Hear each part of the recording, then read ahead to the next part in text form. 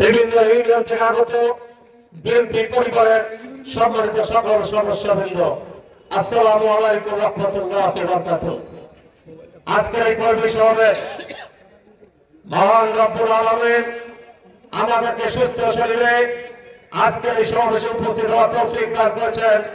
এজন্য আমরা মহান রব্বুল আলামিনের দরবারে অগণিত শুকরিয়া আদায় করছি। শুধু আলহামদুলিল্লাহ। রাজনৈতিক বক্তব্য অনেক হয়েছে এবং আপনাদের রাজীবপুরের বিএনপি নেতৃবৃন্দরা চমৎকার রাজনৈতিক বক্তব্য দিতে পারেন। দীর্ঘদিন থেকে আপনারা তাদের বক্তব্য শুনেছেন। আমি আজকে রাজনৈতিক বক্তব্য দিতে চাই না, যেহেতু সময় কম। 5টার মধ্যে আমাদের আজকের মিটিং শেষ করার কথা ছিল, এখন 5টা 18 মিনিট।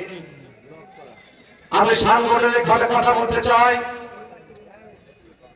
আপনারা জানেন, জেলা বিএনপি আহ্বায়ক কমিটি ঘোষণা করার পর আমাদের কুড়িগ্রাম জেলা বিএনপি বিভিন্ন ভাবে বিভক্ত ছিল।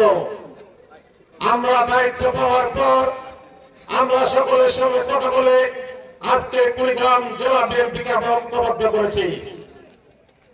আজকে আমরা এখানে কর্মী সমাবেশ করতে এসেছি। আমরা অবশ্যই এই কর্মী সমাবেশের পরবর্তীতে রাজীবপুর উপজেলা একটি আহ্বায়ক কমিটি ইনশাআল্লাহ আমরা দেব। কিন্তু আমার কথা, আমরা অবশ্যই আমাদের চিন্তা ভাবনা থেকে আজকে যারা বক্তব্য দিলেন তাদের বক্তব্যের উপর ভিত্তি করে আমরা একটি আহ্বায়ক কমিটি রাজীবপুর ইনশাআল্লাহ উপহার দেওয়ার চেষ্টা করব। কিন্তু আমার কষ্ট লাগে, দুঃখ লাগে। ছাত্র জীবন থেকে আমি রাজনীতির সঙ্গে জড়িত। ছাত্র দলের সভাপতি যখন ছিলাম রাজীবপুর অনেকবার উপস্থিত হয়েছি। যুব দলের যখন সভাপতি ছিলাম রাজীবপুর অনেকবার উপস্থিত হয়েছে।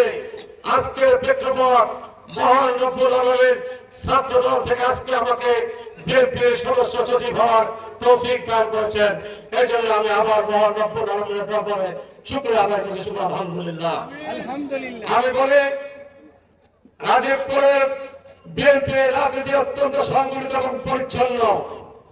এখানে অনেক নেতৃবৃন্দ রয়েছেন, তারা অনেক ভালো নেতৃত্ব দিতে পারেন, ভালো বক্তব্য দিতে পারেন। কিন্তু যখন শুনি আপনাদের মধ্যে বিভক্ত, আপনাদের মধ্যে বিভিন্ন কথা, তখনই আমি কষ্ট পাই। আমরা আজকে এই মঞ্চ থেকে বলছি, আপনাদের প্রতি দত্ত আহ্বান থাকবে।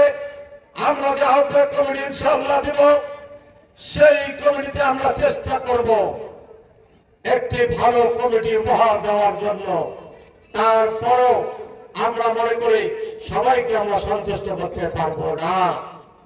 আমরা আপনাদের প্রতি দত্ত আহ্বান জানাবো। আমরা যে আহ্বায়ক কমিটি দিব, সেই কমিটির নেতৃত্বে আপনার রাজীবপুরের প্রতিটি ইউনিয়নে ওয়ার্ডে কমিটি গঠন করে একটি সফল সম্মেলনের উপহার দেবেন।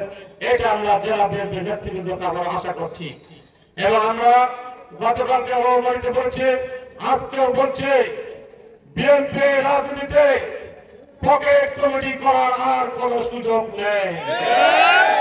প্রকাশ্য স্বচ্ছতার ভিত্তিতে প্রতিটি ওয়ার্ডে প্রতিটি ইউনিয়নের কমিটি গঠন করতে হবে।